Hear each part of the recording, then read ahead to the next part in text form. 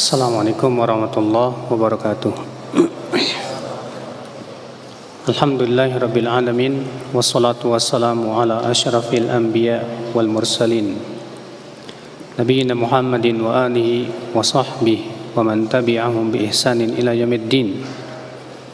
Wa asyhadu an la ilaha illallah wahdahu la syarikalah wa asyhadu anna Muhammadan abduhu wa rasuluh. Qala Allah Ta'ala fi kitabihil karim, ya ayyuhalladzina amanu taqullaha haqqa tuqatih wa la tamutunna illa wa antum muslimun. Amma ba'd. Alhamdulillah, pada kesempatan sore hari ini kita akan membahas sebuah tema yang sangat penting untuk kita pahami dan untuk kita realisasikan, yaitu aku ingin berubah jadi Superman, bukan. Jadi bukan yang dimaksud dengan aku ingin berubah, yaitu berubah menjadi lebih baik, berubah menjadi orang yang soleh, berubah menjadi orang yang bertakwa. Itu harus, sebab kita hidup di dunia tidak akan lama, ya tidak. Kira-kira kamu umurnya berapa? 100? 200? Ada yang bisa memastikan? Insya Allah saya umurnya 1000 tahun, Ustadz. Gak ada di zaman sekarang. Orang yang umurnya 100 tahun aja jarang, ya. Rasulullah mengabarkan umat Islam itu umurnya rata-rata 60 sampai 70 tahun. Itu rata-rata umat Islam. Kamu tahu nggak? Satu hari di sisi Allah berapa? Satu harinya di sisi Allah berapa tahunnya kita? 1000 tahun. Allah berfirman, wa inna yawman 'inda rabbika ka alfi sanatin mimma ta'uddun. Sesungguhnya satu hari di sisi Allah sama dengan 1000 tahun yang kalian hitung. Satu hari berapa jam? 12 jam. Sehari semalam 24 jam. Kalau satu hari 12 jam, ya kan? Berarti 12 jamnya Allah sama dengan 1000 tahunnya kita. Ya, 12 jamnya Allah sama dengan 1000 tahunnya kita. Oke. Sekarang kalau kamu umurnya 60 tahun. Katakanlah kamu umurnya berapa? 60 tahun. Berarti kita berapa jam di sisi Allah? 12 jamnya Allah sama dengan 1000 tahun kita. Kalau kita hidup 60 tahun, berapa? Nggak sampai 1 jam kan? Nggak sampai 1 jam. Ternyata kita hidup di dunia di mata Allah nggak sampai 1 jam. Bayangkan sesuatu yang tidak sampai 1 jam kita hidup di dunia. Sementara nanti kita hidup di akhirat berapa jam? Selamanya. Yang masuk surga selamanya, yang masuk neraka selamanya. 1000 tahun, 2000 tahun, 1.000.000 tahun, 1 triliun tahun, lebih, tidak terhingga.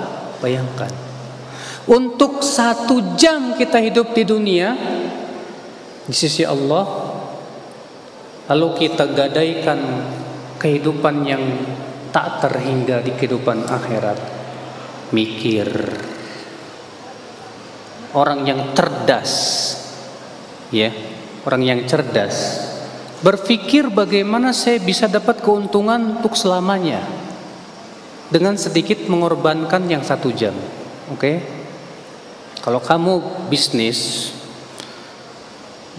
keluar modal 10 juta, tapi untung 100 juta, mau nggak? Gak apa-apalah, ya. Setahun ini saya rugi dulu, tapi diperkirakan ini setelah setahun saya akan untung 200 kali lipat. Kira-kira kamu sabar nggak untuk setahun itu, Pak? Hah? Kamu harus sabar. Ya udah, nggak apa-apa. 1 tahun saya mau sabar. Setelah itu saya akan untung terus, insya Allah. Kita hidup di dunia, sudah saya sebutkan tadi, tidak sampai 1 jamnya di sisi Allah. Berarti kita harus sabar di dunia daripada sabarnya di mana? Di neraka. Sabar di neraka tidak ada manfaatnya. Sabar di dunia ada manfaatnya. Allah mengatakan ya kepada penduduk api neraka dalam surat At-Tur, islauha fasbiru aw la tasbiru sawaun alaikum. Rasakan panasnya api neraka ini.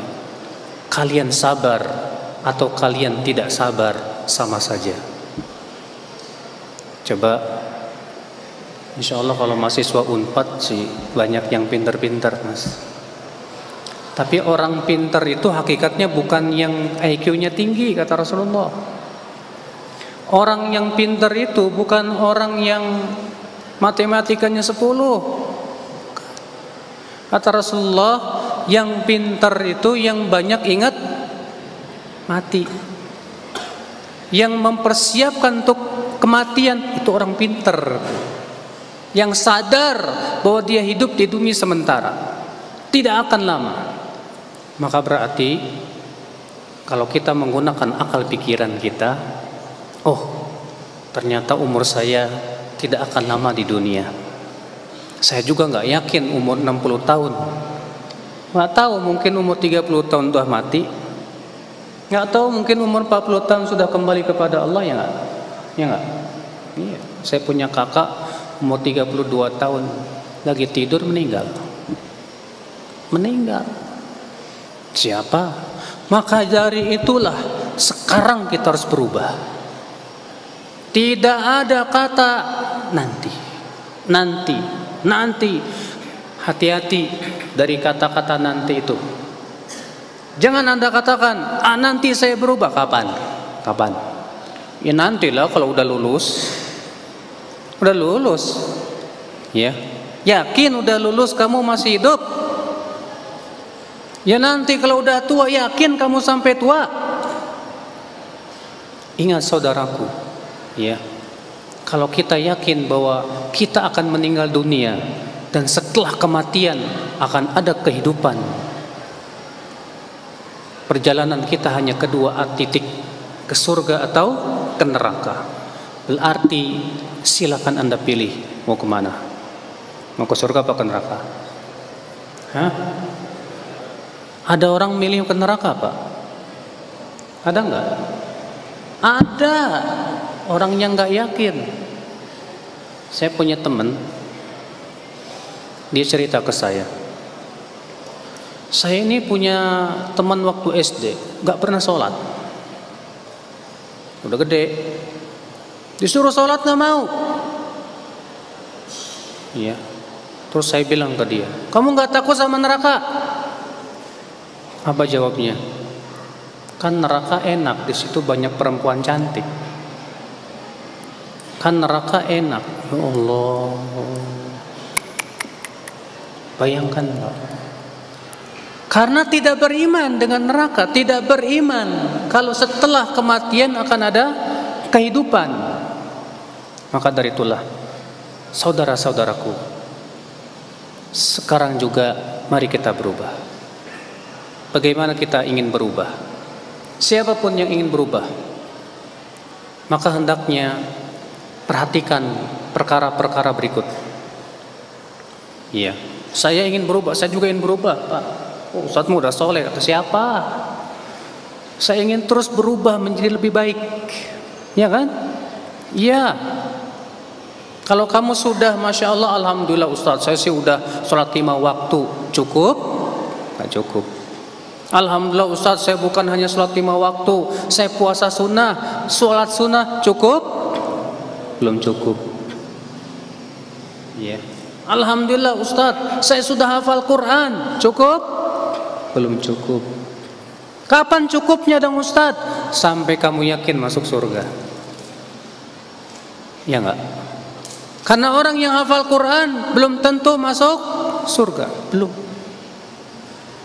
Buka surat Al-A'raf ayat 175. Allah mengatakan tentang kisah orang yang disebut yang namanya Bal'am. Hafal Taurat, bayangkan di luar kepala.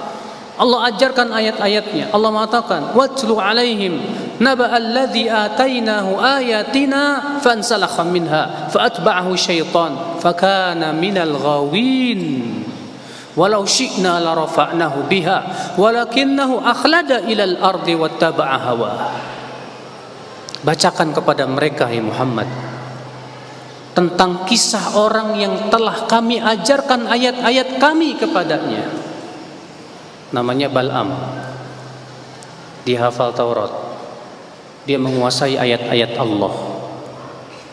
Apa yang terjadi? Fansalakha minha, ia pun lepas dari ayat-ayat Allah. Fa'atba'ahu syaitan, setan pun mengikutinya. Fakana minal ghawin, maka ia pun menjadi tersesat. Lalu Allah menyebutkan sebabnya kenapa tuh. Walau syi'na la rafa'nahu biha. Kalaulah kami kehendaki, kami akan angkat ia dengan ayat-ayat kami, kami akan muliakan ia dengan ayat-ayat kami itu. Walakinnahu akhlada ilal ardi wattaba'a hawa, akan tetapi sayang dia condong kepada dunia dan mengikuti hawa nafsu itu. Gara-gara condongnya ke dunia, gara-gara ngikutin hawa nafsu, akhirnya ayat-ayat Allah yang sudah dia kuasai tidak ada manfaatnya. Maka dari itulah saudaraku, kita harus berubah. Anda yang sudah berubah harus terus berubah kepada yang lebih baik. Jangan sampai Anda yang sudah berubah kembali menjadi seperti semula. Tidak, kita tidak inginkan seperti itu. Saudaraku, lalu bagaimana supaya saya terus berubah? Saya ingin berubah. Ketahuilah saudaraku, modal utama Anda adalah keinginan dulu. Kalau Anda tidak punya keinginan berubah, sulit untuk berubah. Tapi kalau Anda sudah ada keinginan, maka kuatkanlah keinginanmu.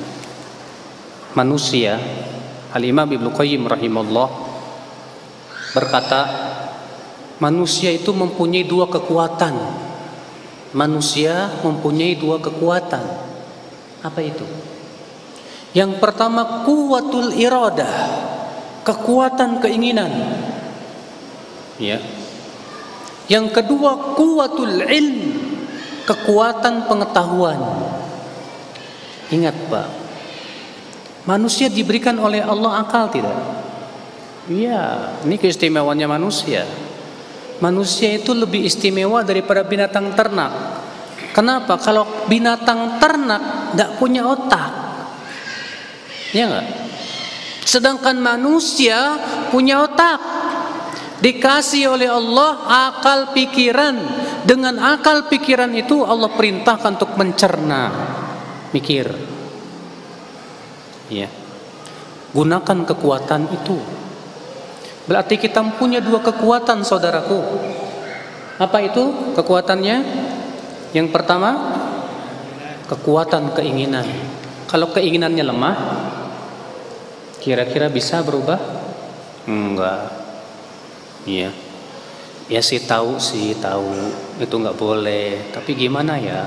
Nah kan keinginannya lemah gitu Pak. Tahu dia punya kekuatan pikiran ada. Dia bisa berpikir itu nggak boleh.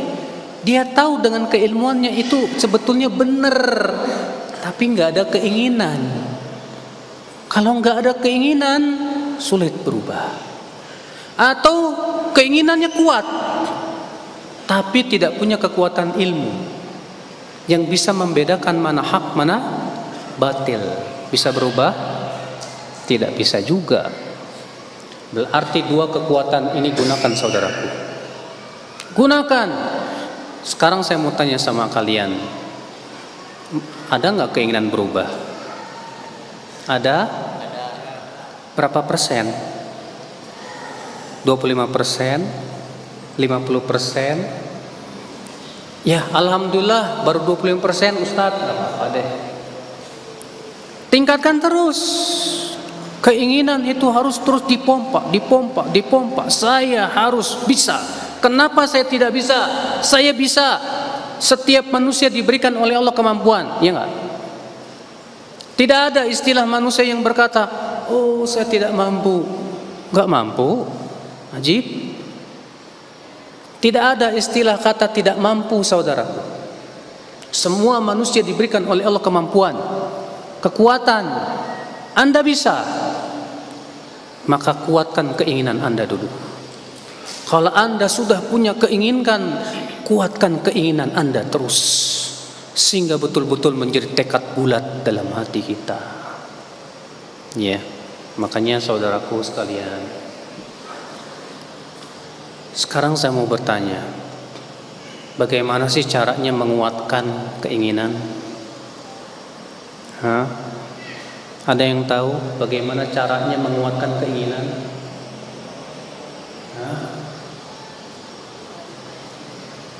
Cita-cita itu termasuk keinginan enggak, Pak? Cita-cita itu termasuk keinginan. Cuma masalahnya, supaya keinginan itu jadi cita-cita, gimana caranya? Apa? Dengan ingat janji apa? Kita ingat sama janji Allah yang kita berikan kepada Allah. Kapan kamu janji sama Allah? Masya Allah. Saudaraku, itu bagus. Tapi ada sesuatu yang insya Allah menguatkan keinginan. Apa itu? Berpikir. Kalau kamu, saya berikan contoh. Kalau kamu ngelihat cewek cantik, cantik, kemudian kamu pikirkan, aduh, andai, pasti ada keinginan. Ketika pikiran lagi terus berpikir, keinginan akan terus semakin kuat. Pengen deketin, Kenapa ada keinginan dan semakin kuat pikiran, akan semakin kuat apa? Keinginan. Ya. Kalau Anda gunakan pikiran Anda untuk memikirkan tentang kehidupan akhirat, tentang tujuan hidup saya, kemana saya mau pergi ini, kenapa saya hidup di dunia, Anda terus berpikir, siapa pencipta langit dan bumi yang begitu besar dan luar biasa ini. Anda terus berpikir, kemudian bagaimana saya bisa mendapatkan kebahagiaan saya. Anda terus berpikir. Makanya Allah selalu menganjurkan supaya hamba-hambanya berpikir, ya enggak? Allah mengatakan, inna fi khalqis samawati wal ardi laayatil wa ikhtilafil laili wan nahari laayatil liulil albab. Sesungguhnya dalam penciptaan langit dan bumi dan pergantian siang dan malam, sungguh terdapat tanda-tanda kebesaran Allah bagi siapa? Bagi orang yang nih. Makanya pikirannya jangan cuma mikirin makan tok, Mang. Ya, ini dipikirinnya cuma makanan aja. Pikirannya cuma pengen ya dunia saja, enggak. Sekali-kalilah merenung tentang kehidupan kita. Kemana kita akan berjalan? Disuruh kita berpikir. Allah mengatakan di situ, sesungguhnya dalam penciptaan langit dan bumi, pergantian siang dan malam, sungguh terdapat kebesaran Allah bagi orang yang punya pikiran. Siapa dia? Yaitu orang yang senantiasa mengingat Allah di saat ia berdiri, di saat ia berduduk, dan di saat ia berbaring. Lalu ia memikirkan tentang penciptaan langit dan bumi. Hasilnya apa? Hasilnya dia berkata, Rabbana ma khalaqta hadza batila. Ya Tuhanku, tidaklah Engkau ciptakan semua ini sia-sia. Maha suci Engkau ya Allah. Pelihara aku dari adab api neraka. Itulah hasil dari apa? Berpikir. Makanya Allah lebihkan manusia di atas binatang dengan apa? Akal, pikiran. Maka kalau kita ingin keinginan kita supaya lebih kuat berubah, berpikirlah Pak. Memikirkan tentang hakikat hidup kita, memikirkan siapa pencipta kita, memikirkan tentang ayat-ayat Allah dalam Al-Quran, memikirkan tentang hadis-hadis Rasulullah SAW. Kalau Anda berpikir, Anda akan semakin kuat untuk berubah. Tapi kalau Anda tidak menggunakan akal pikiran Anda tidak akan bisa berubah. Ustadz, dari mana kita tahu bahwa pikiran itu kekuatan untuk bisa berubah? Ya, Al-Imam Ibnu Qayyim rahimahullah dalam kitab Madarijus Salikin berkata, dalam kitab Miftah dari Sa'adah, maaf, aslu kulli khairin wa aslu kulli syarrin al-fikru. Asal segala kebaikan dan asal segala keburukan adalah pikiran. Apa? Pikiran. Kalau Anda pikirannya buruk, akan muncul keinginan berbuat buruk. Ketika keinginan berbuat buruk sudah sangat kuat, Anda yakin berbuat buruk. Ya, sahih. Kalau Anda berpikir tentang kebaikan, kemana saya akan berjalan, ke surga atau ke neraka? Anda berpikir, saya tidak ingin masuk neraka, saya takut api neraka. Anda akan punya keinginan untuk berubah, saya ingin beramal soleh. Ketika keinginan semakin kuat, Anda akan beramal soleh. Iya. Maka dari itulah saudara-saudaraku sekalian, ya, jadi supaya keinginan kita kuat, gunakanlah akar pikiran kita untuk hal-hal yang bermanfaat. Gunakan. Ya. Sayang, IQ Anda tinggi, pintar, Masya Allah, bisa masuk PTN, tapi pikirannya cuma sebatas perut sama kemaluan. Rendah. Ya. Itu pikiran udang, Pak. Tahu nggak pikiran udang? Kan orang nyebutnya otak udang lu. Memang otak itu mestinya apa? Ya kotoran. Ya kalau kita pikirannya kotoran isinya, maunya mikir mau berzina, pengen pacaran, pengen kenal si cewek dan yang lainnya, ini otak udang, Pak. Kotor pikirannya, ngeres pikirannya. Sehingga maunya apa? Nonton video porno. Pikirannya apa? Selalu bukan kebaikan. Kenapa? Saya katakan ini otak udang. Otaknya penuh kotoran. Kita tidak ingin seperti itu. Kita ingin otak kita berpikir tentang kebaikan. Iya, coba lihat tubuh kita. Dada, kepala Allah jadikan di atas. Perut, kemaluan Allah jadikan di bawah.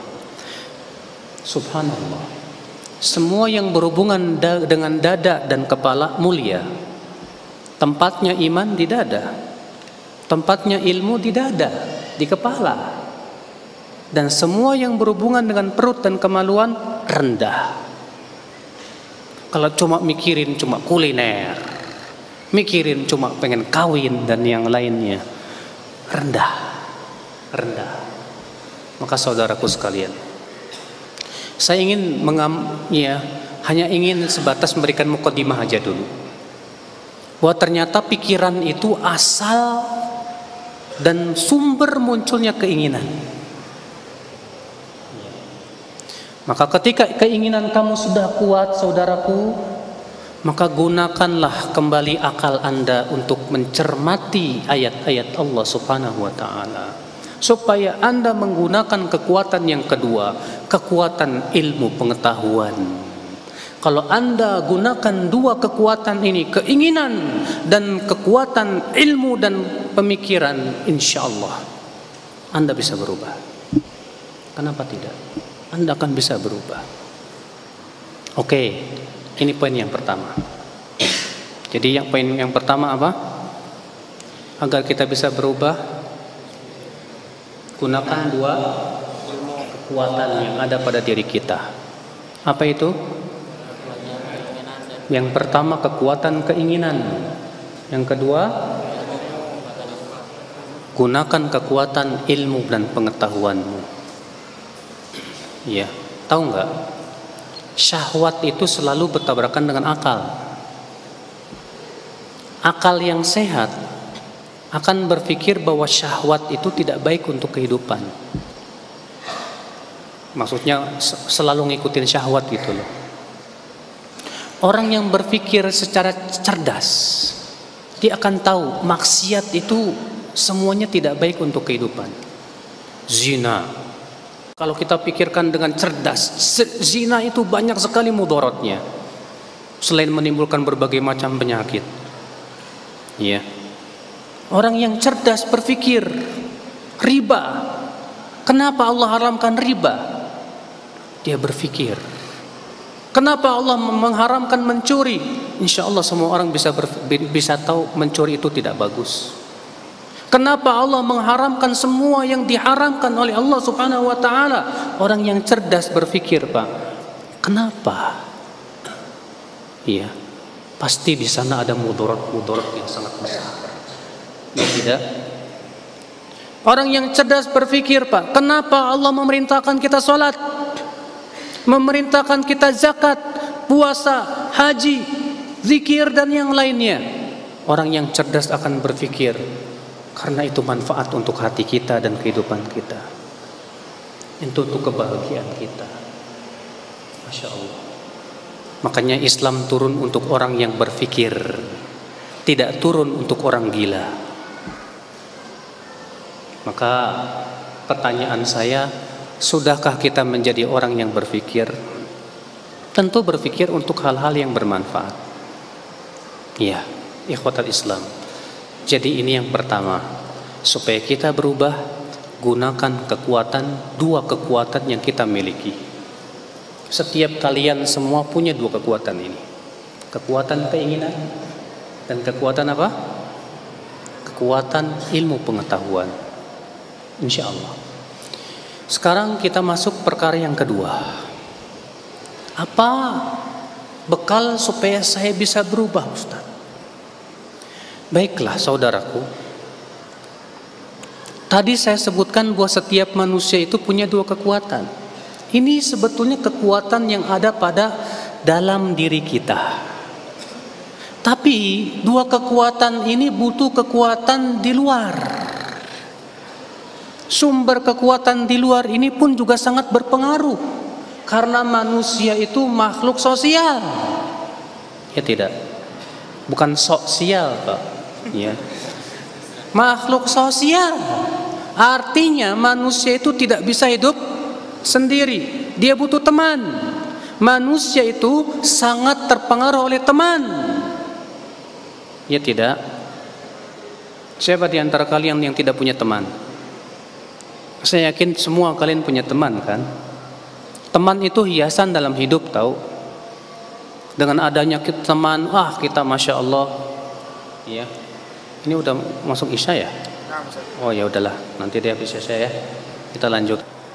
Saudara-saudaraku sekalian, tadi yang pertama, agar kita bisa berubah menggunakan kekuatan yang ada pada diri kita. Kekuatan yaitu keinginan dan kekuatan ilmu pengetahuan. Yang kedua yang baru kita akan bahas, kekuatan yang ada di luar yang mendukung kekuatan yang ada pada dalam diri kita. Karena manusia ini sudah saya sebutkan tadi, tidak mungkin hidup sendiri. Dia makhluk sosial. Maka dia butuh apa? Yang pertama teman. Tapi teman yang seperti apa yang bisa yang menyebabkan dia kuat untuk berubah? Tidak sembarang teman.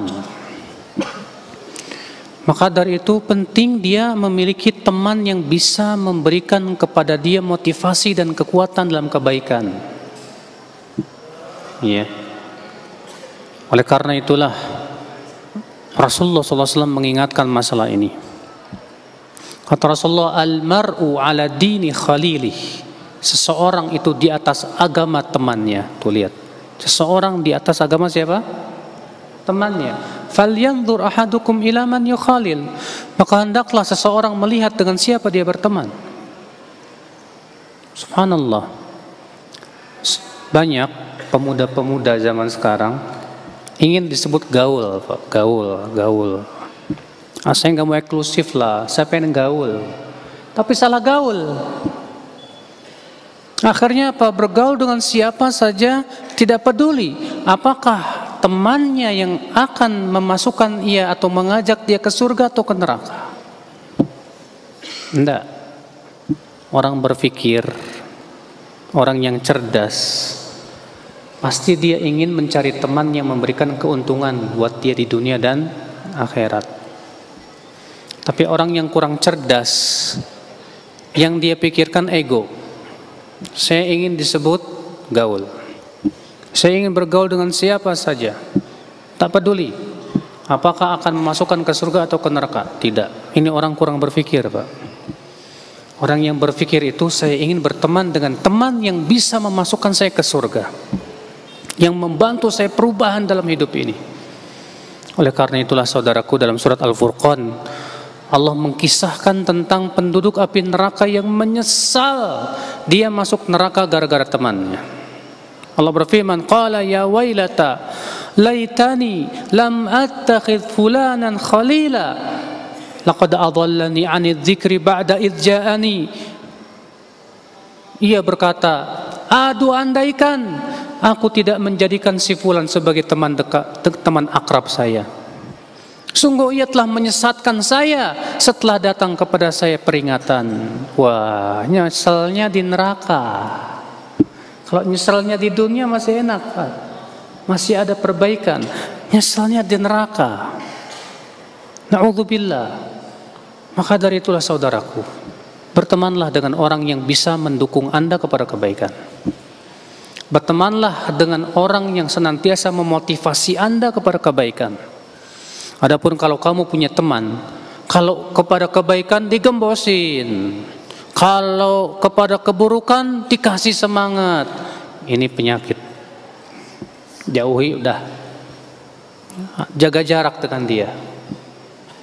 Kadang kan pemuda itu, di antara hal yang menghalangi dia dapat hidayah apa coba di antaranya? Takut kehilangan teman. Aduh gak enak sama teman. Aduh nanti teman-teman saya bakalan ninggalin saya. Aduh gak pernah berpikir dengan cerdas apakah itu teman-teman bisa memberikan manfaat untuk hidup saya atau tidak. Saudaraku, ya. Maka ini yang kedua. Yang pertama, kekuatan yang ada di luar adalah temanmu. Temanmu akan memberikan perubahan dalam hidupmu. Yang kedua, panutanmu. Siapa idolamu di dunia ini? Manusia, apalagi pemuda ya, sangat terpengaruh dengan idolanya. Tuh lihat, orang yang mengidolakan bintang sepak bola, gayanya itu kayak bintang sepak bola, Pak. Kamu bintang sepak bola siapa? Bergulit. Udah tua tuh ya, udah nggak ada lagi ya. Iya. Siapa sekarang saya nggak tahu. Ronaldo, hah? Wah, saya senang banget sama Ronaldo. Sampai gaya bajunya, nomor kaosnya, pokoknya senang saya. Kenapa? Karena dia idolamu. Kamu idolamu siapa? Saya punya idola bintang film atau bintang penyanyi. Biasanya Pemuda-pemuda yang mengidolakan bintang film, bintang penyanyi, ataupun siapapun dia akan berusaha mengikuti gaya dia, ya nggak? Ya. Oleh karena itulah saudaraku, kalau kita ingin berubah, kita harus punya panutan yang benar. Siapa yang kita jadikan idola dalam hidup kita? Jangan salah mengidolakan. Soalnya idola itu kebawa sampai kiamat. Kok bisa gitu? Ya, dengerin hadisnya. Hadis itu dari Muslim dalam sahihnya. Ada seorang laki-laki berkata kepada Rasulullah, "Ya Rasulullah, al-mar'u ahabba qauman walamma yalhaq bihim." Hai Rasulullah, ada orang yang mencintai suatu kaum tapi ia tidak bertemu dengan kaum itu. Bagaimana ya Rasulullah? Apa kata Rasulullah? Al-mar'u ma'aman ahab yaumal qiyamah. Seseorang itu akan bersama yang ia cintai pada hari kiamat. Jadi kalau kamu idolanya siapa? Dengan dialah kamu akan dikumpulin. Kalau kamu idolanya, oh saya idolanya Nabi Muhammad SAW, itu idola saya, panutan saya, jujur, ya, akan terlihat dia berusaha untuk berpakaian seperti pakaian Rasulullah. Dia akan berusaha untuk punya gaya seperti gaya Rasulullah. Cara nyisirnya ngikutin cara nyisir Rasulullah. Cara bicaranya ngikutin cara bicara Rasulullah sallallahu alaihi wasallam. Maka ini insya Allah selamat di hari kiamat ketemu Rasul. Makanya ini kekuatan panutan. Allah Subhanahu wa taala mengutus para rasul dijadikan akhlaknya luar biasa. Tidak ada akhlak yang paling hebat dari akhlak Rasulullah SAW. Bahkan Rasulullah fisiknya tidak ada yang bisa mengalahkan. Kekuatan fisik Rasulullah SAW. Tangan kanan Rasulullah sama dengan 40 ekor unta. Satu ekor unta kekuatannya berapa laki-laki biasa, Pak? Rasulullah punya kekuatan bersetubuh sama dengan kekuatan 30 laki-laki biasa. Kekuatan yang dahsyat luar biasa. Makanya kalau kita pelajari hidup Rasulullah, sudah sangat pantas Rasulullah kita jadikan sebagai suri tauladan, Pak. Cuma masalahnya itu kita lebih senang baca komik daripada baca sirah Nabi, ya. Iya. Baca komik, dibaca sampai-sampai yang jadi idola dia tokoh komik, gimana? Nggak bagus, Pak. Jadikan idola kita Rasulullah, Abu Bakar, Umar. Saya ini kok senang banget sih Ustadz sama Imam Bukhari, luar biasa Imam Bukhari itu hafalannya, Masya Allah. Akhi, kalau Anda mencintai ulama, Anda akan berusaha mengikuti mereka. Kalau Anda mengidolakan seorang ulama, Anda akan berusaha mengikuti bagaimana petunjuk hidup mereka, insya Allah. Karena mencintai ulama itu menimbulkan ibadah. Sedangkan mencintai pendurhaka itu pasti akan menimbulkan maksiat. Ustadz, idola saya Fir'aun. Waduh. Masa Fir'aun jadi idola? Nggak salah. Ini Pak, gara-gara salah baca, Pak. Iya. Maka dari itulah saudaraku, ini dua kekuatan yang ada di luar kita. Teman dan panutan. Siapa panutan Anda? Maka jadikan panutan Anda yang benar, supaya Anda terbimbing oleh panutan Anda supaya bisa berubah, insya Allah. Ini yang kedua. Yang ketiga. Yang pertama ini kekuatan dari dalam. Oke, apa tadi yang pertama? Kekuatan keinginan dan kekuatan ilmu pengetahuan. Yang kedua, kekuatan dari luar. Apa itu? Teman dan panutan. Yang ketiga, ini yang paling menentukan, yaitu kekuatan yang berasal dari yang di atas sana. Pencipta langit dan bumi, pemegang hati manusia, pengatur alam semesta, yang mengatur segala macam kehidupan manusia. yang hati manusia berada di antara dua jari jemari dia, yang Allah senantiasa bolak-balikan sesuai yang Allah kehendaki. Berarti kekuatan ini sangat menentukan, Pak. Kekuatan supranatural yang tidak mungkin terpikirkan oleh akal manusia. Apabila dia sudah berkehendak, tak ada yang bisa menolak kehendaknya. Kalau dia berkehendak untuk kita berubah, pasti kita berubah.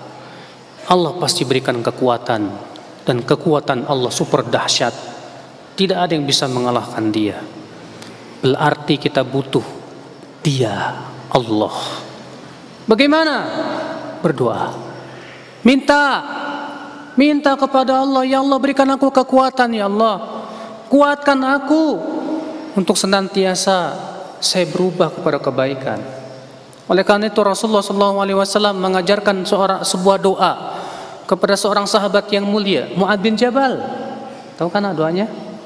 Rasulullah bersabda kepada Mu'adz, ya Mu'adz, inni uhibbuk. Hai Mu'adz, aku cinta kamu. La tada'anna dubura kulli salatin an taqul. Jangan kamu tinggalkan setiap di belakang salat untuk mengucapkan doa ini. Allahumma a'inni ala dzikrika wa syukrika wa husni ibadatika. Ya Allah, bantu aku ya Allah untuk selalu mengingatmu. Bantu aku ya Allah untuk mensyukuri nikmatmu. Bantu aku ya Allah untuk memperbaiki ibadahku kepadamu. Kita butuh bantuan dia. Setiap hari kita ucapkan iyyaka na'bud wa iyyaka nasta'in. Apa artinya? Hanya kepada Engkau ya Allah aku beribadah, dan hanya kepada Engkau ya Allah aku minta pertolongan. Kenapa Allah sebutkan setelah ibadah minta pertolongan? Kata para ulama, karena ibadah berat. Berat apa? Lagi enak-enak bobo, tahu-tahu adzan. Mau pergi ke masjid, aduh berat. Anehnya jogging 10 kilo kuat, Pak. Ke masjid 200 meter nggak kuat. Ibadah berat, ya kan? Berat. Puasa Ramadan berat. Memenati Allah berat. Kenapa? Karena dalam hati manusia, dalam diri manusia ada dua keburukan, syahwat dan hawa nafsu. Dua kekuatan ini yang seringkali menghalangi seseorang untuk ibadah. Maka Allah mengatakan wa iyyaka nasta'in. Dan hanya kepada Engkau aku minta tolong ya Allah. Artinya ya Allah tolong aku untuk bisa ibadah kepada Engkau ya Allah. Tolong aku ya Allah untuk bisa menjalankan perintah-perintah-Mu. Tolong aku ya Allah untuk bisa meninggalkan larangan-larangan-Mu. Tolong aku ya Allah. Kalau Engkau tidak tolong aku tidak akan mampu ya Allah. Makanya kalau adzan berkumandang hayya 'alas shalah, jawabnya apa? Apa hubungannya hayya 'alas shalah dengan la haula wala quwata illa billah? Kenapa kalau dipanggil hayya 'alas shalah jawabnya la haula wala quwata illa billah? Artinya la haula wala quwata illa billah apa? Tidak ada daya dan upaya kecuali dengan izin Allah. Artinya aku tidak akan bisa menyahut panggilan sholat ini kecuali dengan izin Allah. Dia yang memberikan aku kekuatan untuk melangkahkan kakiku ke masjid. Itu dia. Makanya la haula wala quwata illa billah hakikatnya adalah minta tolong kepada Allah supaya Allah kuatkan kita untuk bisa melaksanakan sholat. Minta tolong kepada Dia. Dia yang memegang hati kita, saudaraku. Dia yang menentukan keinginan kita, saudaraku. Dia yang menentukan kekuatan kita, saudaraku. Maka kalau Allah tolong kita, siapapun tidak ada yang bisa menghalanginya. Ini kekuatan yang paling luar biasa, yang paling dahsyat. Yang ketiga ini, apa itu? Minta tolong sama Allah. Oke. Berarti lengkap 3. Dari dalam diri kita, dari luar diri kita, dan Dia yang dari atas yang menolong kita. 3 inilah yang membuat kita bisa berubah. Bisa apa? Berubah. Tapi ada tapinya, Pak. Ada musuh di luar yang selalu merongrong. Musuh ini tidak ingin kita berbuat baik. Musuh ini paling tidak suka kalau kita berubah kepada kebaikan. Musuh ini nggak pernah tidur lagi. Musuh ini selalu memperhatikan hati kita.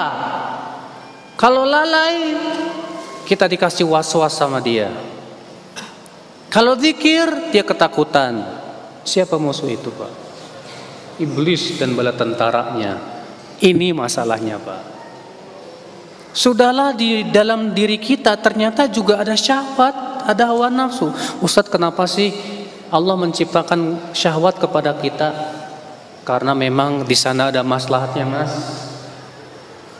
Syahwat makan, syahwat tidur, syahwat menikah, ada manfaatnya. Kamu kenapa mau makan? Karena ada syahwat. Kenapa Allah ciptakan syahwat makan? Supaya kamu bisa hidup. Bayangkan kalau kamu nggak ada syahwat makan, mau makan malas, lama-lama apa? Mood, mati, ya kan? Ya. Allah ciptakan syahwat kepada lawan jenis. Kenapa, Pak? Karena untuk keperluan meneruskan keturunan. Kalau kamu nggak ada syahwat alias impoten, tahu kan impoten? Ya. Nggak ada syahwat sama perempuan, ngelihat perempuan Allah, tapi ngelihat laki-laki, wow, naudzubillah. Ya. Ya. Nggak ada keturunan, udah habis, punah manusia. Punah manusia. Tapi Allah ciptakan syahwat kepada dalam jenis untuk melestarikan hidup manusia. Betul? Sahih. Ada syahwat kepada harta. Supaya apa? Supaya manusia mau mencari duit. Karena ada syahwat harta itu untuk kemaslahatan hidup dia. Rupanya Allah ciptakan syahwat itu ada maslahat-maslahatnya. Tapi syahwat ini pun mudarat kalau tidak diikat oleh syariat. Maka Allah turunkan syariat untuk meluruskan syahwat. Meluruskan apa? Syahwat. Sahih. Maka dari itulah saudara-saudaraku sekalian, di saat syahwat tidak diikat dengan syariat, yang ada malapetaka. Yang ada apa? Malapetaka. Kita punya syahwat, kita punya hawa nafsu. Sudah gitu kita punya musuh yang selalu menguatkan syahwat kita. Dia itu iblis, la'anahullah. Dia bersama teman-temannya syayatin. Syayatin. Dan setan itu bukan cuma jin, Pak. Manusia juga ada setannya. Ya enggak? Minal jinnati wan nas. Surat apa tuh? Masa enggak hafal? Dari setan, jin dan manusia. Saudaraku. Nah ini. Dan iblis itu sudah ada sebelum Adam ribuan tahun. Dan iblis sudah menggoda anak-anak Adam ribuan tahun. Makanya pengalaman iblis penggoda manusia super. Makanya, Pak, bagaimana hebatnya iblis mengiklankan narkoba supaya laris. Padahal orang yang berakal sedikit berpikir narkoba itu apa? Hah? Berbahaya tidak? Berbahaya. Jangankan orang yang berakal, ayam, kambing, sapi yang gak berakal saja tahu itu bahaya. Buktikan, ambil heroin, kasih ayam, jago kalau dimakan. Ancam tuh ayam pakai pisau, yam, kalau lu gak makan, saya sembelih kamu. Gak bakalan mau. Padahal ayam gak punya otak, Pak. Iya. Tapi ayam punya insting. Dengan insting itu Allah berikan kepada dia untuk membedakan mana makanan yang baik, mana yang tidak baik. Itu binatang ternak. Ya akhul Islam, saudara-saudaraku sekalian, ikhwatul Islam, azani Allah wa iyyakum. Nah inilah saudaraku sekalian. Ya. Maka dari itulah iblis la'anahullah datang untuk menjadikan akal pikiran manusia itu tidak berfungsi. Dengan cara apa? Berbagai macam cara dia menggoda manusia. Manusia itu banyak sekali kelemahan-kelemahannya yang dimasuki iblis itu. Iya. Beda-beda. Ada orang kelemahannya cewek nih. Masuk lewat pintu perempuan. dihiaskan perempuan ini cantik benar di mata dia. Akhirnya jatuh cintrong. Karena jatuh cinta, udah pikirannya mikirin dia terus. Supaya apa? Tidak ingat kepada Allah. Ini kan? Iyalah. Siapa yang ini kebanyakan mahasiswa nggak di sini nih? Kamu sekelas sama perempuan nggak? Hah? Pasti kan? Ya. Dan yang namanya sekelas sama perempuan, perempuan sekelas sama laki-laki, dengan banyak melihat, lama-lama jadi cantik, benar nggak? Pertama melihat biasa, kedua melihat biasa, ketiga melihat biasa, keempat, kelima, manis juga ya. Mulai, makanya iblis masuk dari pandangan mata, karena pandangan mata itu jendela hati. Istilahnya orang Indonesia apa? Dari mana datangnya lintah? Dari sawah turun ke kali. Dari mana datangnya cinta? Dari mata turun ke hati. Tuh bener. Ya.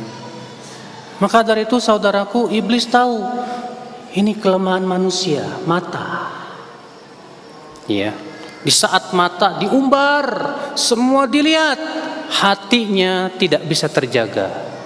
Karena dari pandangan mata akan berubah jadi pikiran. Sementara kepikiran itu pokok dan sumber keinginan. Kalau antum matanya tidak dijaga, lihat mata, lihat lagi kepikiran. Mikirin dia, terus iblis pun menghembus-hembuskan dari luar. Indahnya, kamu kalau nggak deketin nanti disamber sama laki-laki lain. Cepetan deketin. Akhirnya apa yang terjadi? Jadi niat. Jadi berubah apa? Keinginan. Iblis. Maka Allah menutup pintu ini. Allah mengatakan apa? Wa qul lil mu'minina yaghuddu min absarihim. Katakan kepada kaum mukminin, hendaklah mereka menundukkan pandangan mereka. Susah kan? Susah enggak? Banget. Gimana enggak susah? Antum duduk di depan perempuan. Gimana enggak susah kita jalan di mana-mana makhluk halus bergantayangan? Iya. Akhul Islam, saudara-saudaraku sekalian. Maka dari itulah ya akhi, berarti kita harus menghadapi musuh ini, musuh dari luar ini. Caranya bagaimana, Pak? Caranya kita harus gunakan kekuatan keinginan kita dan kekuatan kecerdasan kita. Bagaimana menghadapi musuh? Sama seperti antum misalnya ya, seorang panglima perang ketika mau melawan musuh, berarti harus punya taktik dong, ya tidak? Yang kedua, kita harus pelajari apa taktik lawan kita. Lawan punya taktik, kita harus melawan dengan taktik lagi. Iblis punya taktik, kita pun harus pelajari. Saya punya kelemahan di mana? Saya ini paling lemah. Kelemahan saya yang paling lemah adalah saya ini senang sepak bola. Hati-hati, pintu ini bisa jadi pintu iblis, Pak. Banyak pemuda-pemuda bahkan yang udah ngaji itu sama yang sepak bola itu, ya Allah ya Rabbi, gandrungnya minta ampun, Pak. Ya, bangun jam 2 malam ngapain? Tahajud? Bukan. Itu Liverpool lawan AC Milan itu, ya Allah. Saudaraku sekalian, akhirnya jadi pintu setan juga itulah. Makanya saudaraku, ikhwatul Islam, azani Allah wa iyyakum. Maka inilah saudara-saudaraku sekalian, apabila kita ingin berubah, gunakanlah kekuatan-kekuatan tadi. Jangan Anda katakan saya tidak mampu. Tidak, Anda mampu. Saya dan Anda sama-sama punya mata, punya hidung, punya mulut, bisa gerak dan yang lain. Anda dengan orang yang hafal Quran sama, dengan orang yang taat kepada Allah sama-sama manusia. Kalau dia mampu, kenapa Anda tidak katakan tidak mampu? Harus bisa. Tapi semuanya memang kekuatan hanya milik Allah. maka mintalah kepada Allah Subhanahu wa taala. Semoga kita termasuk orang-orang yang bisa kuat berubah. Semoga kita termasuk orang-orang yang senantiasa diberikan oleh Allah kekuatan untuk berubah. Amin ya rabbal alamin. Siap berubah? Siap? Siap. Bismillah. Hari ini, detik ini, saya ingin berubah kepada yang lebih baik, insya Allah. Dan istiqomahlah saudaraku, dengan cara banyak-banyak duduk di majelis taklim. Ya, majelis taklim itu seperti charger buat HP. Lama-lama kalau kamu nggak pernah duduk di majelis taklim, akinya soak, baterainya mau mati. Nggak pernah ke majelis taklim, hilang sudah. Akhirnya gaulnya sama orang-orang yang nggak pernah ngaji. Akibatnya apa? Sudah, Anda akan terbawa oleh arus, entah pergi kemana. Maka dari itu wasiat Rasulullah, wasiat Allah dan Rasulnya, bahkan para ulama selalu mewasiatkan menuntut ilmu, duduk di majlis ilmu, duduk di majlis ilmu. Karena itulah kekuatan kita, saudaraku. Kekuatan untuk bisa membuat hati kita selalu kembali lagi kepada Allah. Nah inilah, semoga yang saya sampaikan bermanfaat dan mudah-mudahan kita bisa merealisasikan, terutama saya sebagai pembicara. Ya mudah-mudahan saya berdoa kepada Allah buat diri saya, buat antum semua. Semoga ya Allah Engkau berikan kepada kami semua kekuatan untuk berubah kepada yang lebih baik. Amin ya rabbal alamin. Ada yang bertanya?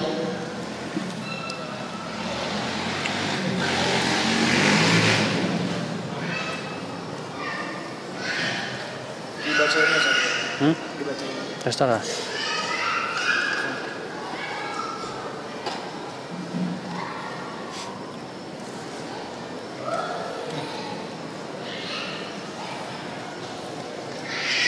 Bagaimana cara kita untuk meyakini bahwa kita benar-benar sudah taubat dan yakin bila taubat kita diterima Allah? Ada yang bertanya, bagaimana caranya kita tahu bahwa kita sudah benar-benar bertaubat? Dan kita tahu bahwa taubat kita benar-benar sudah diterima oleh Allah Subhanahu wa taala. Saudaraku, kalau Anda ingin tahu taubat Anda benar-benar, coba tanya bagaimana perasaan Anda ketika Anda mengingat maksiat yang dulu Anda lakukan. Kalau kamu ketika ingat maksiat dulu malu rasanya, nyesel rasanya, kenapa saya udah lakukan itu, Anda berarti memang bertaubat. Tapi kalau kamu mengingat maksiat, di hati Anda berkata, kapan bisa lakukan gitu lagi ya, Anda belum bertaubat. Karena taubat itu kata Imam Nawawi ya, syaratnya 3. Yang pertama apa? Menyesali. Tanda orang menyesal itu ketika dia ingat maksiatnya dulu, sakit hatinya. Aduh, ya Allah, ya sedih, ya sedih. Kenapa saya dulu berbuat maksiat? Itu tandanya, Pak. Tapi kalau orang yang dia tinggalkan tapi hatinya merasa tidak menyesal, bahkan dia berharap suatu ketika bisa balik lagi, atau setidaknya dia bangga kalau dahulu saya pernah jadi preman, bangga kalau dahulu dia pernah jadi mabuk-mabukan, dia belum menyesal, dia belum bertaubat kepada Allah Subhanahu wa taala. Jadi taubat itu kata Imam Nawawi yang pertama apa? Menyesal. Tanda menyesal, kalau kita ingat maksiat yang dulu kita lakukan, hati kita apa? Sedih, ya, gak enak. Itu berarti Anda memang sudah bertaubat. Alhamdulillah.